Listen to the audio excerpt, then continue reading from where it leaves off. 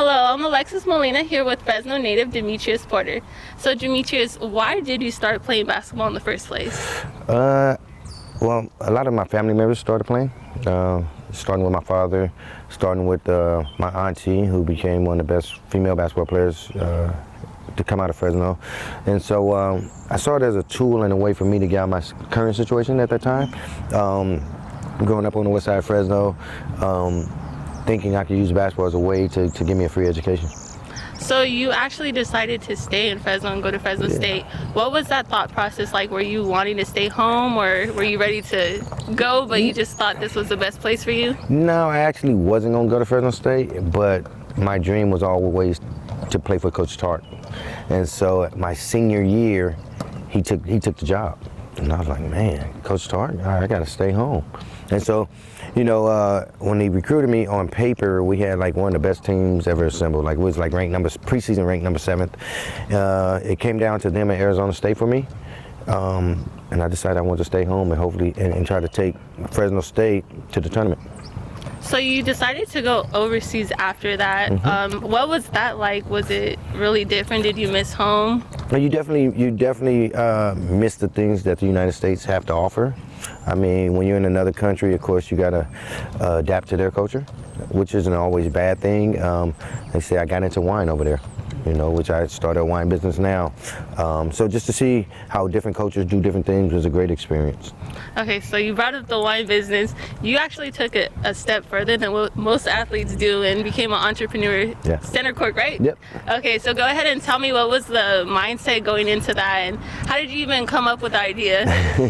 Well, you know, before games over in France and after, we used to drink wine. It was kind of like a team ritual. And so I kind of thought to myself, man, what would be a great drink for athletes, and what would be a good drink to bring people together? And it was wine. When people drink wine, it's always a social hour. They have a good time. They drink it with family, friends. It's like, to me, it's a symbol of love, pretty much. And also, I started looking at some of the current NBA athletes who are really into wine. So I kind of started researching it, like, why are they drinking so much wine? So one particular time, I saw LeBron James. He was drinking a glass of red wine, and I'm thinking to myself, if this man spends $1.5 million on his body, everything he puts in it is strategic. Mm-hmm. So what is he putting in there? Why is he putting in there? Come to find out that he does it for recovery.